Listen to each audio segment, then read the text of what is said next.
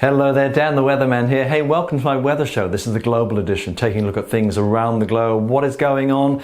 Once again, we're talking heat, we're talking extremes, but further south in the southern hemisphere, the jet stream is getting rather wiggly. The polar vortex is rather weak, and that is giving rise to some pretty wintry weather. New Zealand in particular with a good wintry blast, and the jet stream just going like that. And with that, you can see the surges of blue and purple coming out when it's very weak, as opposed to being a strong ring, keeping that cold air bottled up down further south. Further north, we've been talking over weeks about the extreme warmth we've been seeing parts of North America and as well over much of eastern parts of Europe. You've seen the heat extending all the way to parts of Siberia.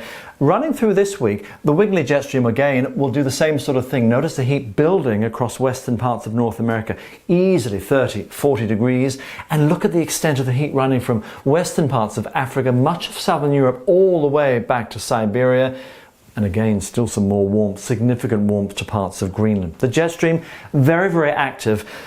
Further south, of course, you would get it now with all the cold air churning out of Antarctica, meeting warmth. That just brings and gives rise to that really active jet stream, as you would expect during winter. But this thing really going to life. And because you've got the really weak polar vortex, that brings those surges of cold coming out. But also very active further north. Look at these surges of systems coming towards northern and western parts of Europe. The ridge will continue to build over the western parts of North America. That's more heat there. And see this bubble here? That's the heat building, significant heat across parts of Western Africa. And if you just notice a couple of blobs of blue, there's been significant rain and upper level energy over the last couple of weeks across parts of northwest India with the monsoon. That tracks through with the easterly jet stream, and you notice a few of these blobs of blue. We could also start seeing the Atlantic hurricanes just ramping up a notch or two over the course of this week and into next week. We've seen them busy, and they'll continue to be busy across eastern parts of the Pacific. There's a lot that's going to get going. Let's look at temperatures. Mentioned the heat, that will continue this week. Running through, you can see where you'll see the darker reds and even the whites.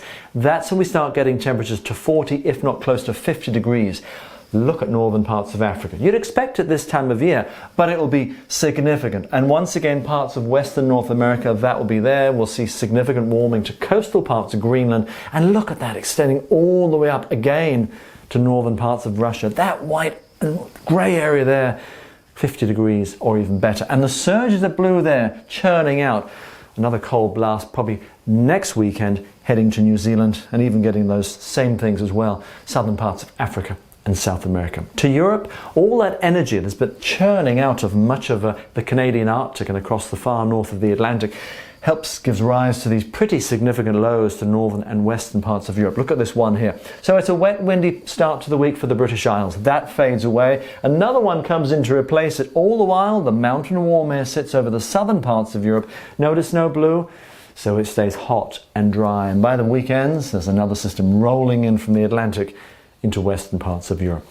Looking at New Zealand, I've mentioned the wintry blast with the very wiggly jet stream. There's your upper level steering winds, and look at the jet stream, boom, surge of cold.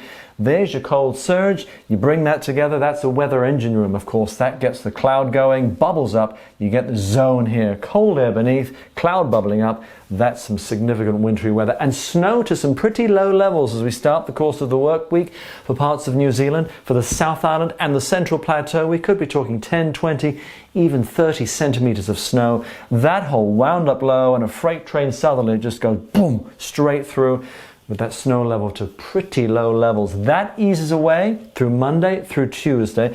We shut the fridge door to the Southern Ocean probably Wednesday. You can see how the flow changes. Then it goes west-northwest. You think we're into a warm-up? We are. End of the week before your next thing, a new front. Another cold southwest surge to probably come in by next weekend with the same old thing.